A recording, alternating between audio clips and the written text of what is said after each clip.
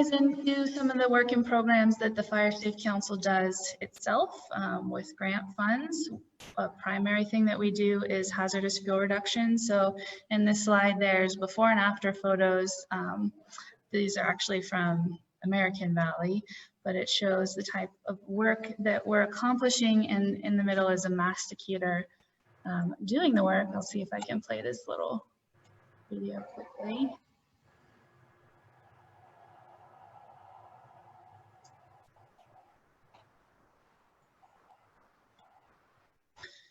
Mastication is one of the tools that we use for that. And I have these maps around Almanor. The Fire Safe Council really has only had 2 private lands projects. In 2007, we completed the West Almanor Country Club project. It was 17 acres in total.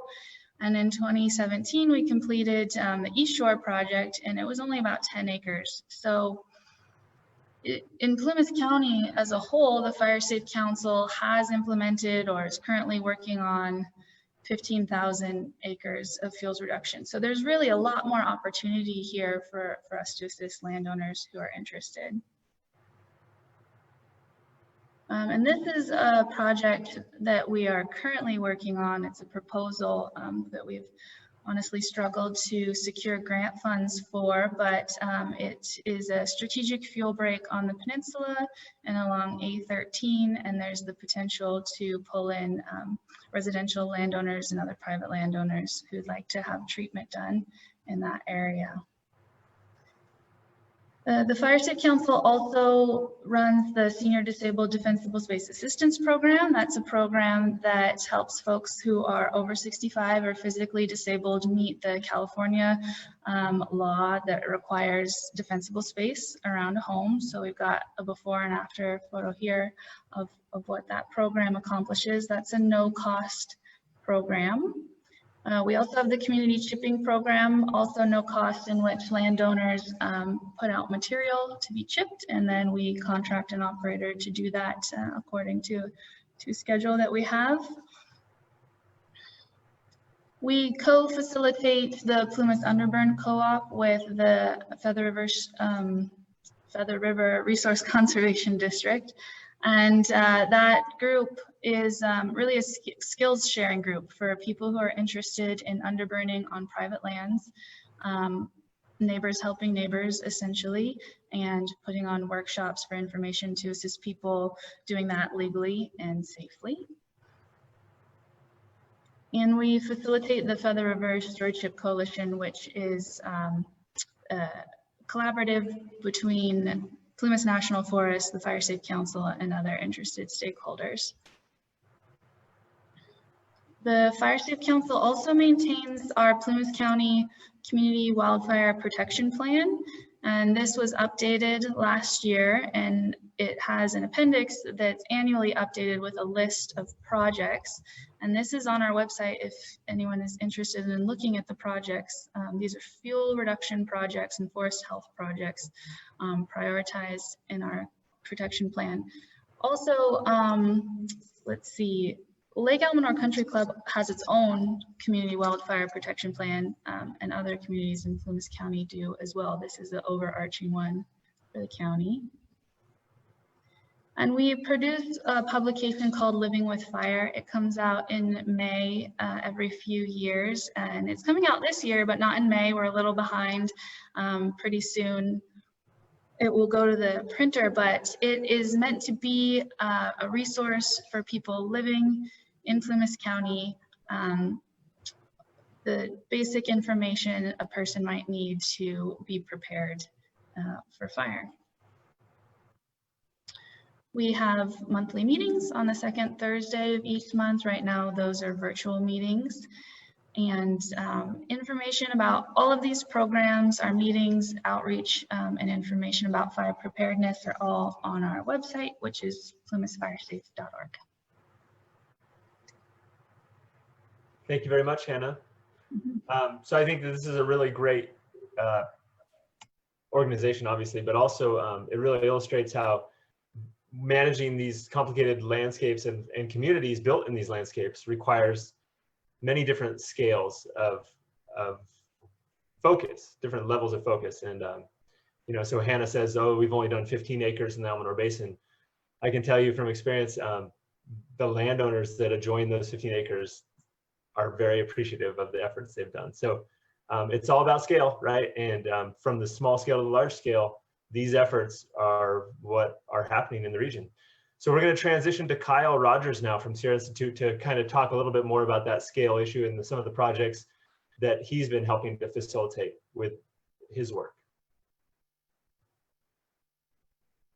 Are you there, Kyle? Great, thanks. Thanks, Nils. Can you guys hear me?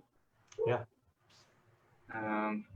See if I can get this PowerPoint queued up for you guys. Are you guys seeing my slides? Yes, sir. All right. Thank you. Thanks, Nils, for the introduction. So my name's Kyle Rogers. I'm the Collaborative Forestry Program Manager here at the Sierra Institute. Maria told you all a little bit about the organization already, so I won't bore you with too much more of that, other than to say that, you know, our work is both here locally in the communities that I'm going to talk about today, but also we're drawing on lessons that we're learning from work across the state and even national work, and bringing those policy lessons back to the local work, and also elevating some of the concerns and issues that we hear at the local level to those national, state and national policy discussions, so we can solve some barriers that way. So our work with the South Lassen Watershed Group is, as we fill a role as a facilitator and coordinator, but also as sort of partners helping to advance projects. So here I'm showing you the South Lassen Memorandum of Understanding. So these are sort of the principles that the group has come together around, you know, focused on reducing the risk of catastrophic wildfire, improving ecological resilience, watershed condition function, and then also how do we ensure the health and well-being of the local community, both sort of health, but also socioeconomic health. So as I mentioned, fire is a big driver in terms of bringing people together. These are pictures from the Walker Fire last summer, or last fall, from here in Taylorsville, where our offices are. And you all are, I'm sure, familiar with the impacts that come with these large fires. So this has really been a motivator to get people to think about, you know, how do we come together around the things that we have agreement around, and not let ourselves get bogged down with the places where maybe we have some disagreement still. So I want to talk a little bit about some of the projects that are ongoing now in the South Lassen Watershed Group. And I guess I should say that, you know, these are not all of the projects. Certainly there's other work happening on the landscape, but wanted to highlight some of these to really talk about how sort of bringing these different agencies and organizations together collaboratively can really help us move forward across the landscape in ways that we otherwise might not be able to do. So this gives you a little sense of where in the watershed the projects are that I'm going to be talking about. I'll start kind of in the upper watershed here and then work down to the West Shore project, which is shown here. So in the very upper reaches of the watershed, the group has put together a partnership project that I think is really unique. Sierra Institute's working with Lassen Volcanic National Park to hire, train, and employ a crew of crosscut sawyers to do fuels reduction in the wilderness in the park. And so if you can remember back to that map that Hannah showed of the fire history across the watershed, which unfortunately I didn't include here, but you wouldn't have seen many fires on that southern edge of Lassen Volcanic National Park. So this is an area that hasn't seen a lot of fire in the last 100 years or so. But we know that fire is important in that landscape historically, but under the current stand conditions, it's difficult, if not impossible, for managers to reintroduce fire or to let fire burn when it starts naturally with lightning. So this project is a way to do the work fully in the spirit of the Wilderness Act. So no mechanized equipment, but also to create options for managers should there be a natural ignition, or if we have the opportunity to introduce fire back on the landscape. So this work started last summer near Flatiron Ridge, which is sort of just behind the Drake's Bad Guest Ranch, if you're familiar with that area. And then this summer, the crew's moving over and going to work on a couple of units around the Juniper Lake area. And what they're doing really is doing this fuels reduction work around areas to create, big areas where either fire can burn naturally or we can reintroduce fire. And so when they're done, they'll have prepped about 2,000 acres, maybe a little bit more, for the reintroduction of fire, which is a great step in the right direction, I think. So another project that the collaborative is working on is this Roberts Creek mini project, which is north on A21 out of Westwood there up along Roberts Creek, and covers almost 5,000 acres. It's on Forest Service land. And so this is a partnership between the Sierra Institute, Point Blue Conservation Science, Forest Creek Restoration, who do environmental analysis and design planning for restoration work in meadows a lot of places, and Alaska National Forest, coming together as collaborative partners to do both the planning, so the environmental compliance work, as well as the implementation. And so I think this is a really exciting, it's a great landscape. There's a lot of diverse ecosystem components. The restoration of Swain Meadow is going to be a big part of this as kind of a centerpiece. One of the really bigger meadows on the Lassen that needs some work before it degrades. Another couple of projects that the group are working on are the Rock Creek and Childs Meadow projects.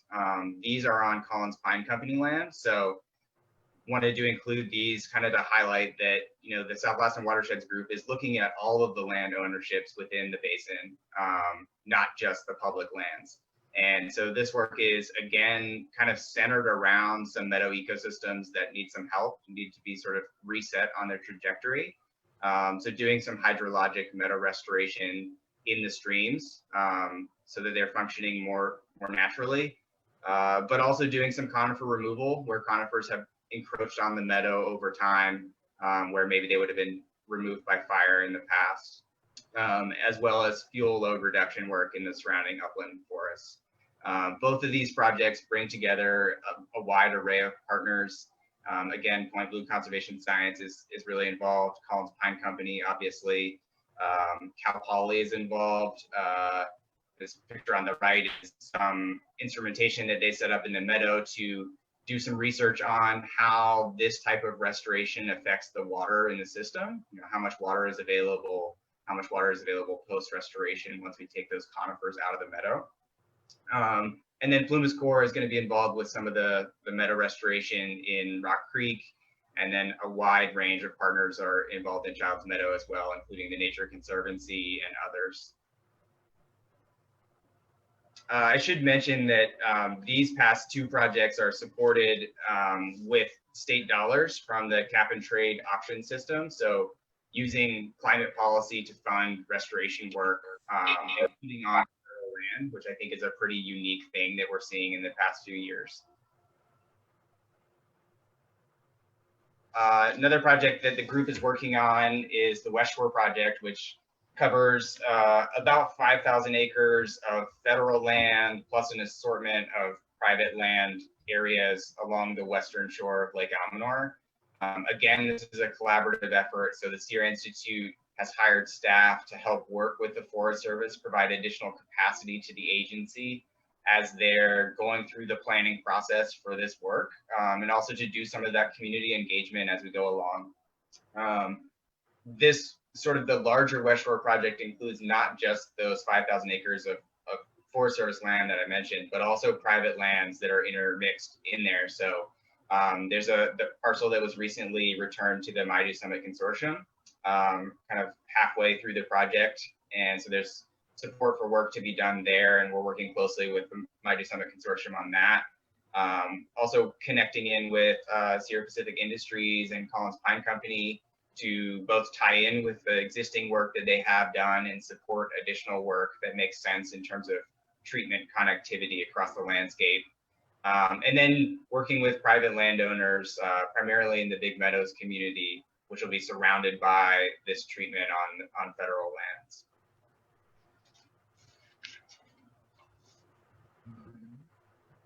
And so this is a terrible image. I apologize for that. But I think that one of the things that I really like to highlight for folks is that as we bring people together, we're able to identify solutions that make sense for the landscape that we might not otherwise think about. So the example here is in Childs Meadow, there's some work happening on Collins Pine Company land. And to get there to do the fuels reduction without going on public land would have required rerouting a road through next to a stream, changing some habitat features. Not a good solution. I think we could all agree on that. But it's difficult. If any of you have ever interacted with a federal agency, things don't always happen fast. And so through this collaborative partnership, we've been able to use our relationships with the agency to enable a better solution, to reach those units for restoration in a different pathway so that Collins is able to avoid those impacts to the stream and the wildlife that use it. So those are the sorts of cross-boundary things that are coming up as we think together about what the landscape needs and not just look at those boundary lines on a map. And then also an acknowledgement that this work is a good start and there's a lot of other great work that's going on. And kind of as Hannah alluded to, we know that all of this work is important, but we also know that a lot more work needs to be done. So we're working on, as a group with the collaborative, how do we think about zooming these project scales out to a landscape size that's going to make a difference, on a reasonable time frame. And that's all I got for you now, I think, Nils. All right, Kyle. Those are some amazing projects. Thank you for sharing. I like seeing those. Well, next up is Zeke Lunder from Deer Creek GIS, and I think he's going to help us learn more about how these collaborative decisions are being made.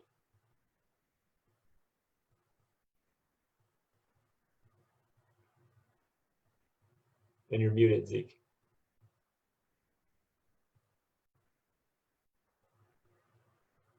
You're muted, buddy.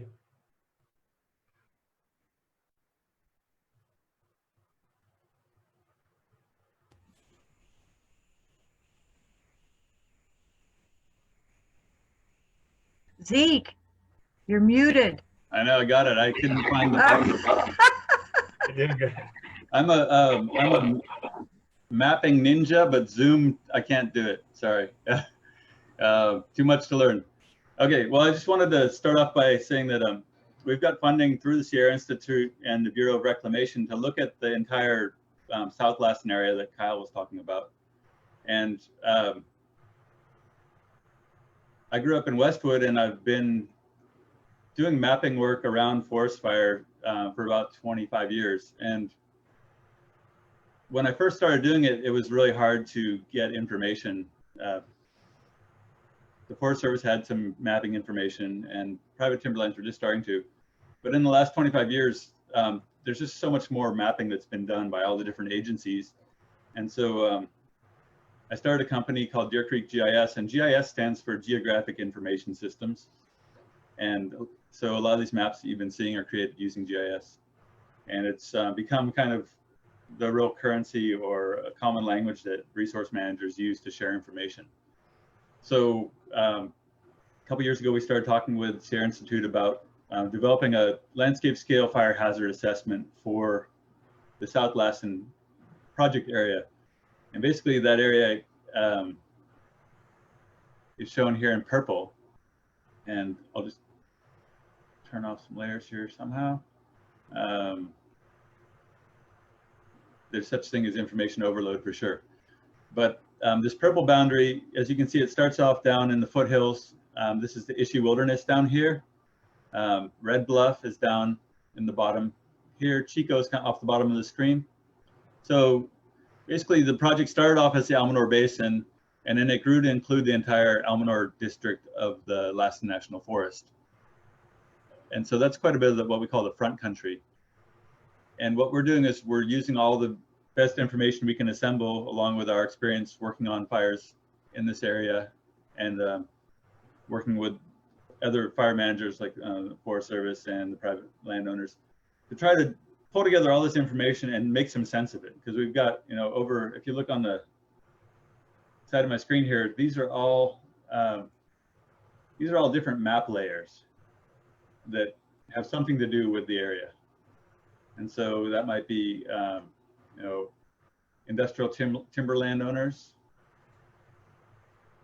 That might be where the Forest Service ownership is. The green here is all Forest Service ownership. Purple is Collins. Tan color is Sierra Pacific Industries. Blue is Beatty. So the purpose of this project is to look at cross-boundary opportunities to work with multiple landowners to do projects that span a larger area than just thinning along one person's road or along one person's property line. So we're using a lot of different analytical tools. A large part of our work as a company has been to respond to wildfires and to go out to the wildfire site and make maps for the firefighters as they're working.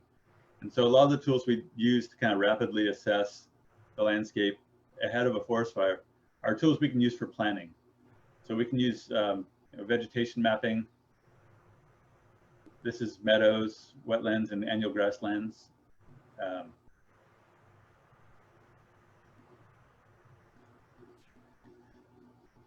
Also, there's a lot of constraints on the landscape as to where you can work. Maybe you can do some things in a national park, like use cross-cut saws or in wilderness areas, but you can't do those.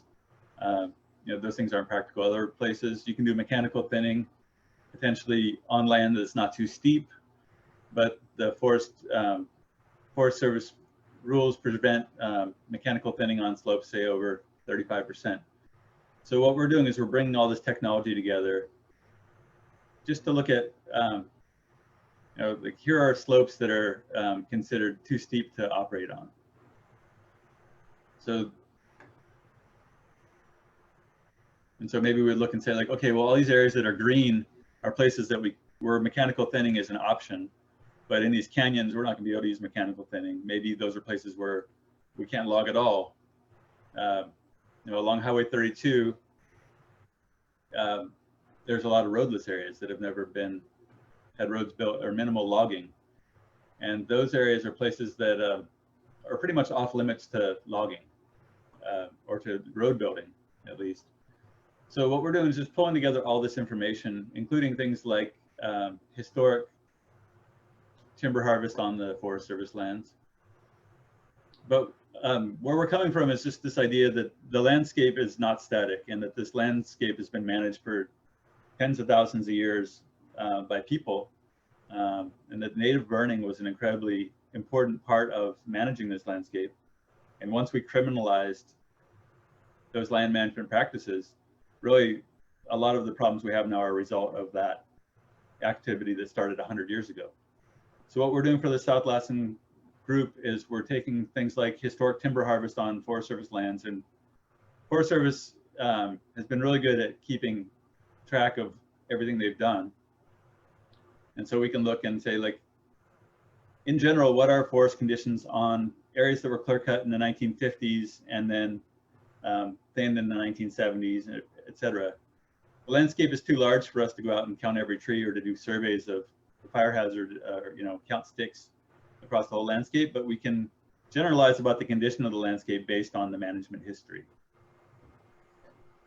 So I'm going to stop that share for a minute and pop up Google Earth here.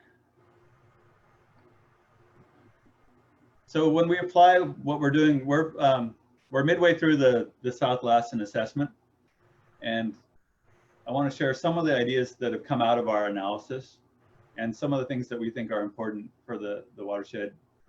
One thing that's emerged to me based on my experience with firefighting in this area is that we have a lot of large fires in the steep, inaccessible canyons, like the Feather River Canyon, the Story Fire, the Chips Fire, and multiple smaller fires that have come out of those canyons. And the canyons have a different, what we would call fire regime. We have different options for managing fire in steep landscapes. The Feather River Canyon is notorious for hurting firefighters by rolling rocks down on them when there's a fire.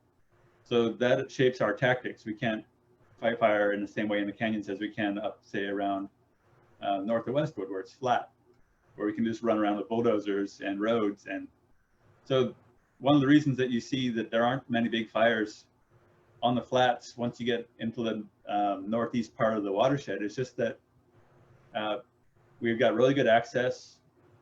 Fires burn differently on flat ground. The only places that we've really had big fires out on these flats are places where a fire could start and run up a mountain. So like this fire in 1918 started out on Goodrich Creek and it ran up Peg Leg Mountain. But we see this pattern over and over, especially as we get more towards the east side. We've got the fires that burned out of Devil's Corral, the Devil Fire, the Cheney Fire, the Goat Fire. These fires start with a strong southwest wind. They blow for one day, maybe two, and we put them out. And so that shapes how we need to look at fire on the landscape. Our options for managing fire are really compartmentalized based on the geography. So what that brings up for me, looking at the Almanor Basin in particular, is that I feel like it's very likely that we'll have a fire on the east shore that will burn from the road or the railroad and burn this entire slope, or at least it'll make a run to the top of the mountain. Then we'll probably put it out because this is California. We have a huge number of resources that we can bring to bear. If we have a fire that starts here on the east shore, though, and gets away from us on their initial attack, it'll probably run to the top of the mountain. But at the end of the first day, though, we'll have 1,000 firefighters here. We'll have a dozen air tankers, dozens of bulldozers, and we'll probably pick it up. But as far as priorities go, we know that railroads start fires, humans start fires, and we know that our fire history in the basin is that we have fires that are driven by strong southwest winds. So if I'm a southwest wind, I've got the whole lake to blow across to gather my momentum. So things like that really drive us towards the conclusion that we really need to focus on thinning along the bases of these slopes where we can, because those are places where if we thin, we'll slow the initial spread enough. We'll make it unlikely that the fire is going to get away from us. But that's easier said than done because, historically, we look at fire ignitions, and the railroads start a lot of fires just because of friction and hot breaks and sparks and everything else. It's a really common fact in our business is that railroads start fires, and you can do a lot to mitigate that. But the railroad also blocks access physically to a lot of these slopes here. So just it becomes an issue of who owns the land here and how can we actually get in and do meaningful work and maintain it to prevent that scenario. Another thing that leads us to think that you will likely have a fire that blows up and burns up out of the east shore is just the management history here is there's a lot of clear cuts and there's a lot of logging history in general. And so clear cuts equal small trees and no protection from the wind. So one thing that has really kept fires from spreading in the flats is that if you go out in the woods on a windy day and you're in a forest, you don't feel the wind much on your face at all. If you go out in a meadow, you feel the wind on your face. If you go out in a clear cut, you feel the wind. And so when we put in clear cuts, we change the microclimate for a long time until the trees are tall enough to block the wind. So when we look at the patterns across the landscape, we anticipate different problems with fire control and different rates of spread. And so when people say, fires, logging stops fires, it's like, well, we need to be really specific about the types of logging and the type of slash treatment and everything else that happens in conjunction with that forestry. Because done incorrectly, logging can really accelerate the spread of fires. We've got a historic fire here at Hamilton Branch that some of the old timers here may remember. I believe it's 1979. I'm not sure if it's on this map. Yeah. Started on the east shore. And this is just really our typical scenario. The fire got started, blows up, and as soon as it's up into a place where it's getting hit by those landscape scale winds, then the winds shoved it up and over Little Dyer Mountain. So it's just that we call this kind of the feathered pattern, where the fire is, wind-driven fires tend to be feather-shaped. And when we zoom out, we can see that all across the landscape. All right, Zeke, 2 minutes. Okay.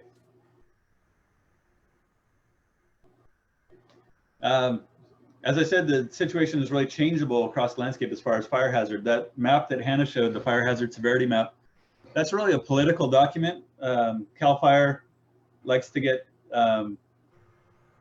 they get money for, well, it's a political document. That's all I'll say is that we've got a wide variety of fire hazard across the landscape. We really don't have that much fire hazard north of Westwood in these flat areas because we had a cogen plant here, a really major cogeneration plant, and everything within 50 miles of Westwood was easily thinned, got thinned hard for 25 years. And so when we look at landscape scale hazard, we're not that worried because even from space, you can see this area, it's all trees, but it doesn't look dark green. It's heavily thinned. So that's a place where the landscape really dictates the management style, and the management style here has been to thin like crazy. And as far as I can tell, the forests are in great shape fire-wise. The thinning has really mimicked a lot of what fire would have done naturally. Just jumping into the ownership pattern real quick. If you can see it. Oh no. Okay. SPI is doing a lot of fuel break work along Highway 36. These are some of them. Really aggressive thinnings. They are effective in helping us put out fires that start along the highway. We need to have larger scale projects. You know, really narrow fuel breaks don't work when it's really windy. The fire can spot across them. So that's just a kind of an intro to what we're doing with this assessment. Is we're trying to use the data, the management history, knowledge of fire behavior modeling tools, to create projects that are actually maybe implementable. We don't want to come out with you know, kind of pie in the sky idea, which is like we're going to let prescribed fire burn naturally across the entire landscape. For many reasons, that is impossible, but we are going to work on identifying places where we can do large projects, hopefully that introduce prescribed fire back into the equation. And a big part of that is identifying willing landowners and receptive forest conditions that are ready for fire and places we can do it without much hazard. Thank you, Zeke. That was amazing. Thanks. Great. Well, now's the time in the day when we get to open it up for some questions. So if you have any questions, we'd love to address them with our panel. I think the best way to do that would be to type in a comment to the comment feature, and Dav will be our comment connector. Are there any questions so far?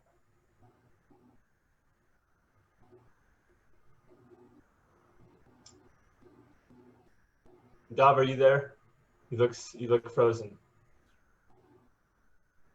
It looks like, this is Maria. It looks like Dav's having some issues with his Zoom. So if it's okay, I'll take over on the chat moderation. So sure. You can, if you have a question, at the bottom of the screen, there's a place to click chat, and then you can type in your question. We have one right here. Let me see. For Hannah, how does the Fire Safe Council connect and reach out to community members? There are various ways. I'll be honest, outreach is something we're trying to grow right now. We're trying to bring on another staff member to do that particular piece of it. But we do put press releases in the newspaper, which is now all digital. We, again, have a lot of information on our website, but when we are developing a project in an area, what we try to do is mail out a letter to every address of potential treatment area, and invite them to come to a community meeting. So that's our usual process, is mailers and community meetings when we're developing a project.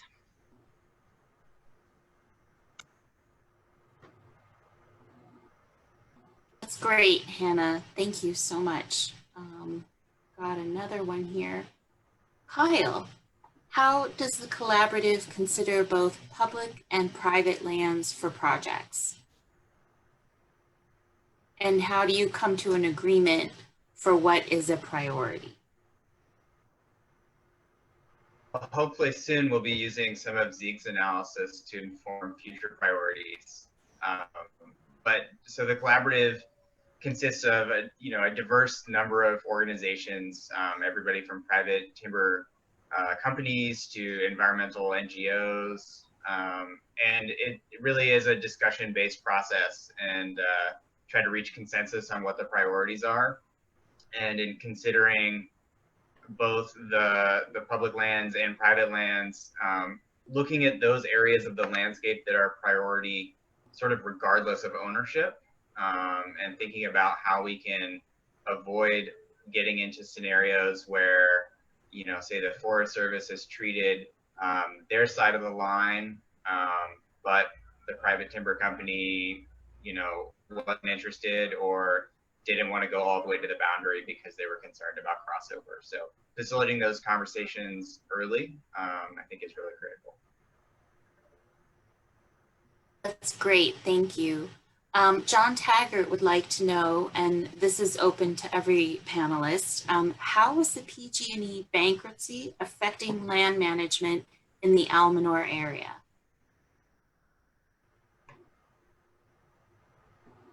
Would you like to start, and then we can move over to another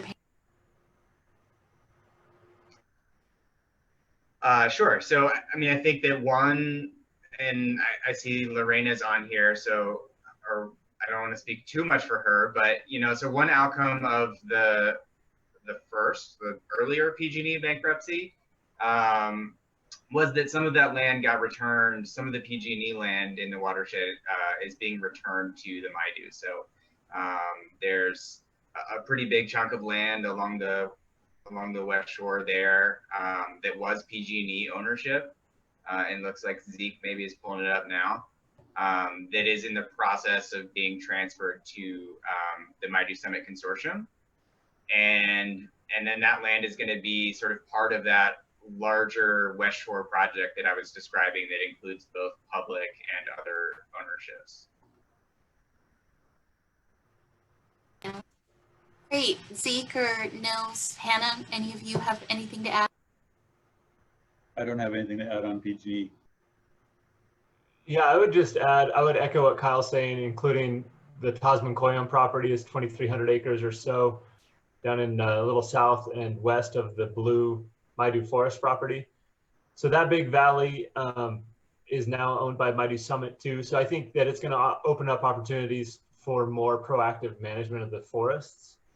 There's a lot of interest from the MIDU Summit Consortium generally about treating their forests. And there's a lot of people who want to support those efforts. So anyway, I think that that's going to help.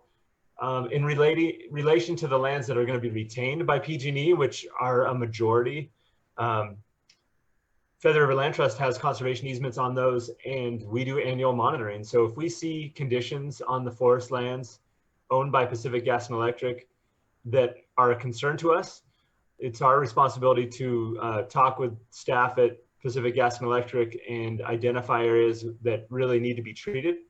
And Zeke's showing the shoreline of Mountain Meadows Reservoir right now. There are some forested lands along the Mountain Meadows Reservoir, especially on that north side. It's a thin swath, but it's very thick, and it does get a lot of use and illegal camping.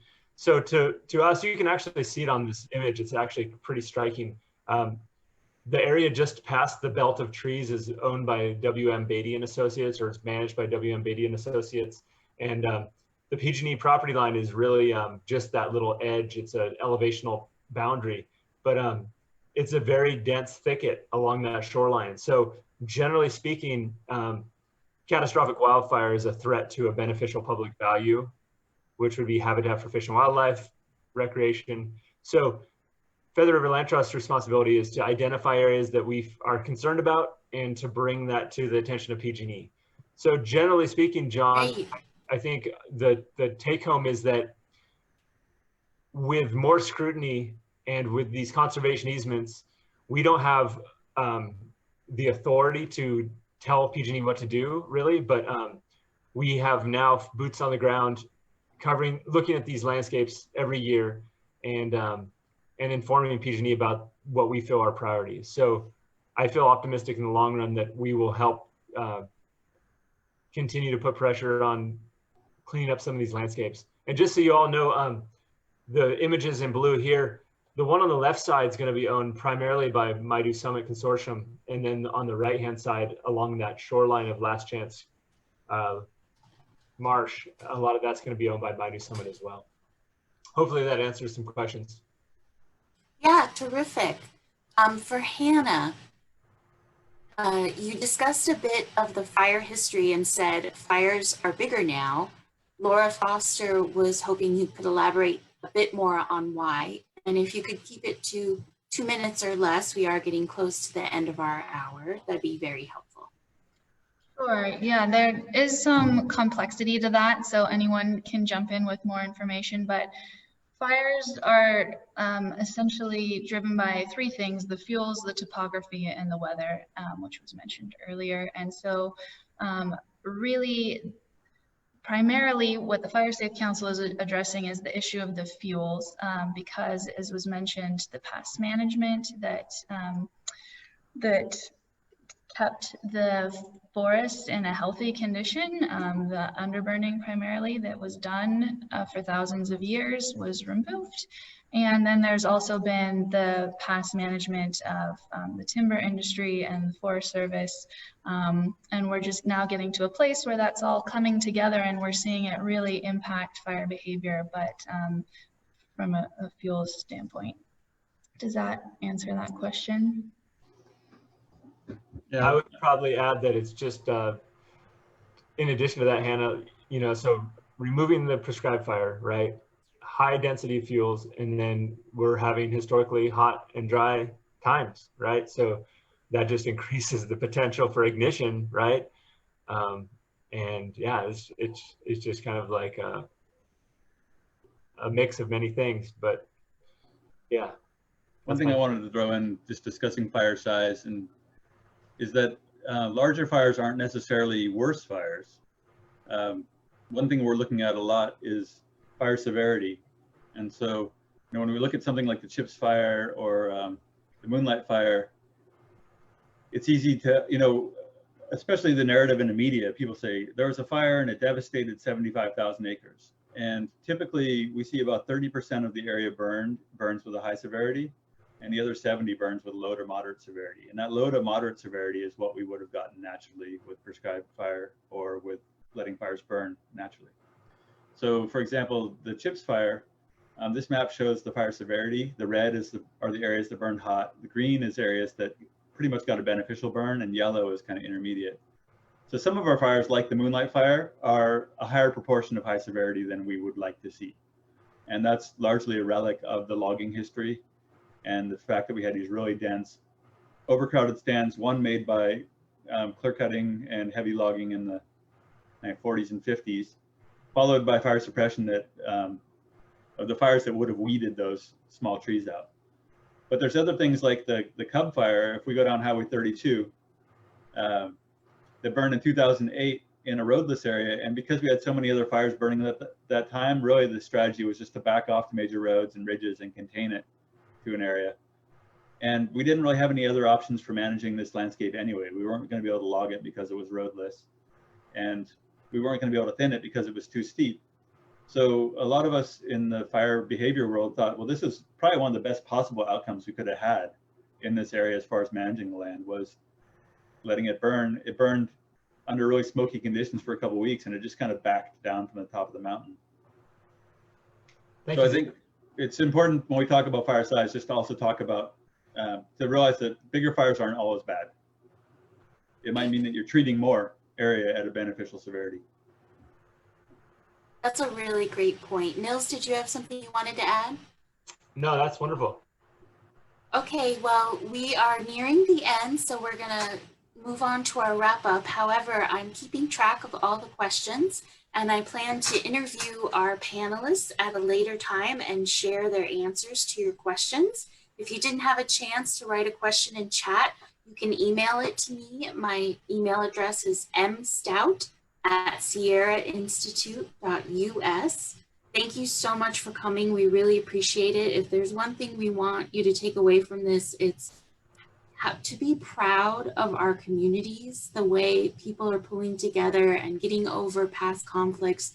Just as an example, the South Lassen Watershed Group has private timber industry, tribes, environmental groups, federal agencies, state agencies sitting at the table together, talking about what needs to be done, making priorities, and then getting the work done. And I think we can all be really proud of that. I know some of us remember days when that could not have happened. And so we all are grateful to you for participating. And we also have a couple of events to announce. The next State of the Lake panel, just like this one, will be on July 9th. It's at 6:30 p.m. The topic will be conservation and restoration. And Sierra Institute is preparing a digital event series, which will be taking place during National Forest Week. That's July 13th to 19th. And there'll be more information about that available on our website and on our Facebook page soon. And finally, we have an ongoing community podcast series called Lost Sierra Stories. It's available on Spotify or www.sierrainstitute.us. And I'll put all of those things into the chat before we go. Also, I'll be sending out an email questionnaire for you to answer. Tell us what you thought of the day and how we can do better. So thank you so much for coming. Please have a great day. Thanks, everyone.